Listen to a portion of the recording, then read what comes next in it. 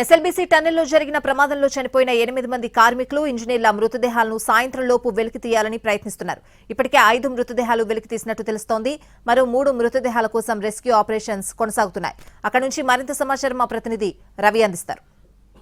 SLBC టన్నెల్లో జరిగిన ప్రమాదంలో చనిపోయిన 8 మంది కార్మికుల మృతదేహాలను ఈరోజు సాయంత్రం లోపు వెలికి తీయాలి అని చెప్పి రెస్క్యూ టీమ్ భావిస్తూ ఉంది. ఈరోజు ఇప్పటికే 5 మృతదేహాలను వెలికి తీసినట్లుగా తెలుస్తుంది. మరొక 3 మృతదేహాలు ఆ లోపల టీబీసీ మిషన్ ఫస్ట్ సెకండ్ ఫ్లోర్లో ఇరుక్కున్నట్లుగా ప్రాథమికంగా భావించారు. ప్రస్తుతం అక్కడ వాళ్ళ మృతదేహాల కోసం రెస్క్యూ ఆపరేషన్స్ కొనసాగుతూ ఉన్నాయి.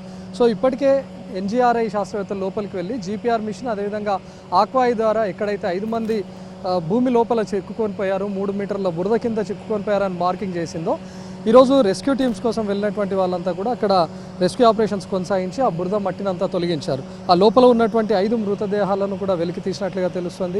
వాటికి ఇక్కడే పోస్ట్మార్టం జరపడానికి ఇప్పటికే ఫోరెన్సిక్స్ టీంతో పాటు నార్కర్నూలు అచ్చంపేటకు చెందినటువంటి ఫోరెన్సిక్ టీంను వైద్య బృందాన్ని కూడా ఇక్కడికి తీసుకొని వచ్చారు.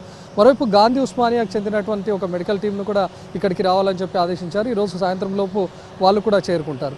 మిగతా 3 మృతదేహాలు ఎక్కడైతే టీబీసీ మిషన్ దగ్గర ఉన్నాయని భావించారో వాటిని కూడా సాయంత్రం లోపు వెలికి తీస్తే ఆ డెడ్ బాడీస్కి మొత్తం కుళ్ళిపోయినటువంటి స్థితిలో ఉన్నాయని చెప్పి భావిస్తున్నారు. కాబట్టి ఆ మృతదేహాలకు ఇక్కడే పోస్ట్మార్టం నిర్వహించాలా లేకపోతే నార్కర్నూలు హాస్పిటల్కు తీసుకొని వెళ్ళే ఏర్పాట్లు కూడా ఏమైనా ఉంటాయనే దానిపైన కూడా సమీక్షించారు.